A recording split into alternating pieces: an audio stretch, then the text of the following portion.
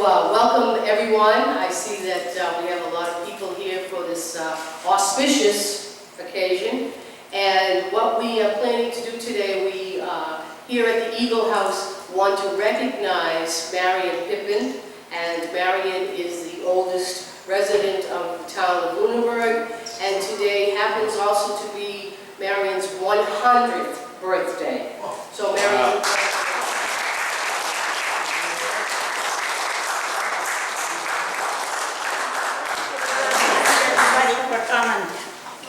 Thank you very much. Marian, we have a birthday. I told Marian that there will be a couple of speeches, and she didn't know that she was going to have to say a speech, but all she wanted to say was thank you. And that, to me, that's one of the most marvelous speeches that a person can give, and you are truly a tribute. I'm going to call Chairman of the Council on Aging, Peter Lincoln, to come up and give you a little bit of a history of the Boston Post cane, and then we have Board of Selectman Jamie Toll here, who will help me present the Boston Post cane to Marian. So Peter, why don't you come on up? Thank you, Doreen. Boston Post cane has quite a storied history. In the year 1909, which is even older than Marian, the editor, I guess it was the publisher of the Boston Post, thought it would be a good publicity gimmick to give a gold-tipped cane to the oldest man in 700 New England towns. There were no canes given out to either Vermont or Connecticut. The other four states had 700 selected towns, and a cane was given to the selectmen of each of these towns to be owned by the town, but to be presented to the oldest man. No cities, for some reason, were included, so there was no cane given to Boston or Springfield or Worcester or Lowell or Lawrence or Fall River. All the towns did get a cane.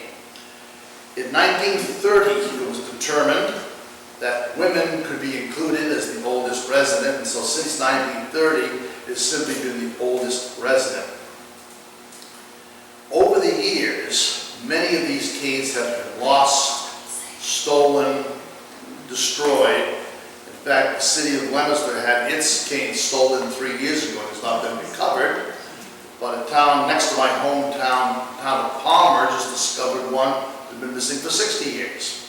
So most of the towns now simply give out a pin of some recognition and keep the original cane under wraps, as ours is mounted out in the hallway. The Boston Post folded in 1956 thanks to the Hearst newspapers, but during the 30s the Boston Post was the second largest circulating newspaper in the country. So the Boston Post cane tradition is hung on, and there is a Boston Post cane website which you can keep track of all the stamped canes that are still around and the way various towns handle this. So it's quite a tradition. And in our lobby out here, we have our last 14 recipients. And I should note that 12 of them were women and only 2 were men. My mother was born in 1918, and Mrs. Pepin was born in 1914. My mother always used to say, I was born before women could vote, and so was she. You think of what changes she has seen in the world are quite remarkable. There were rudimentary airplanes, there was radio, but there was no television, no electronics of any kind, and World War I was still just beginning to dawn on Europe. So you think of the kind of history you've lived through, it's remarkable. And we couldn't be here with greater joy and felicitations to see you here, still smiling, still beautiful, and so thank you for coming, and we hope this is a special occasion for you. Thank you. Thank you.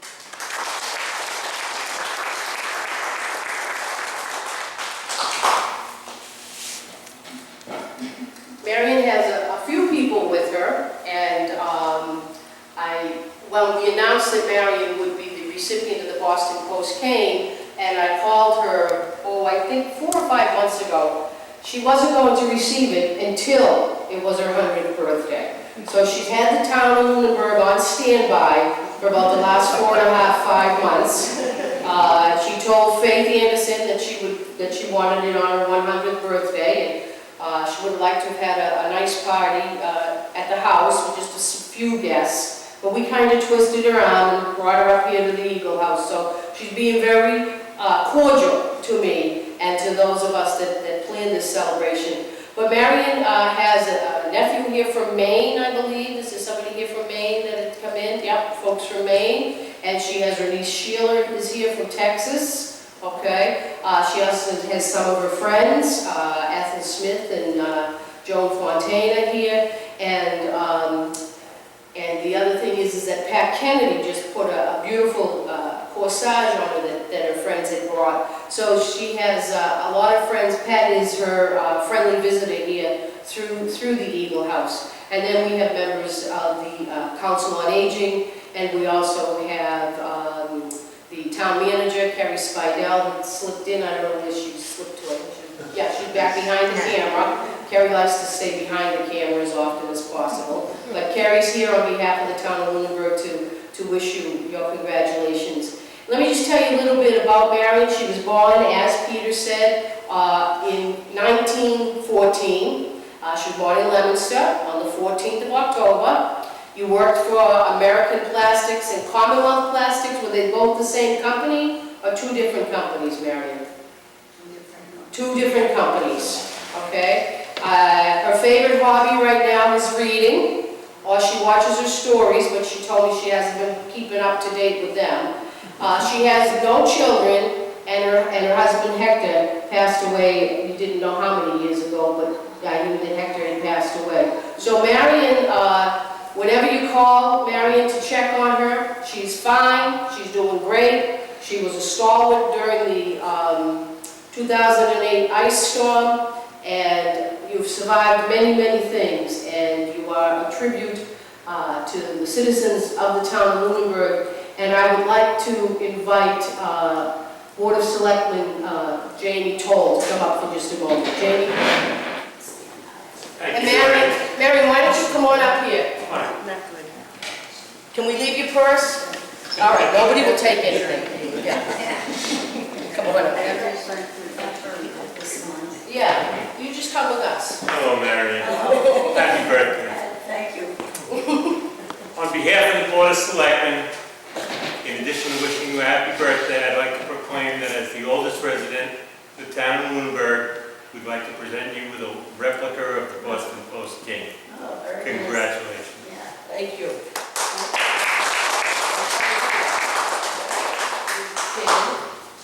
Do you want me to pin you? Or do you want this handsome man behind you? Handsome man behind you. It's like a prom date.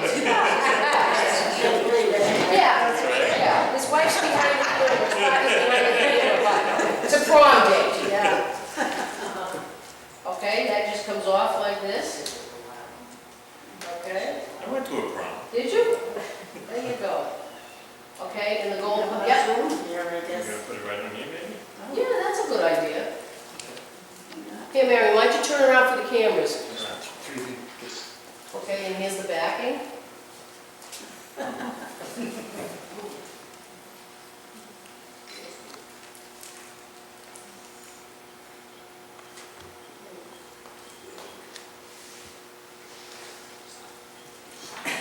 And Mary, we've got the certificate for you here. See?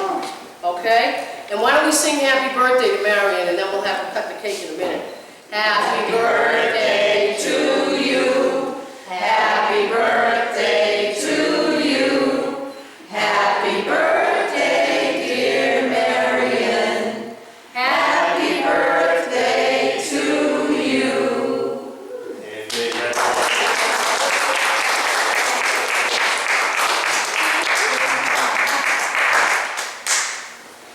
We have a lovely cake over here for you. Huh? Can we trust you with a knife? No. All right.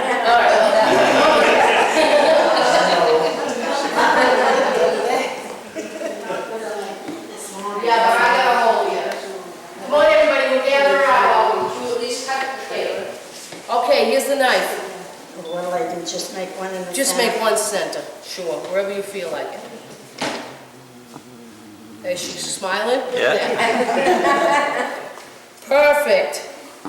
Thank you very much.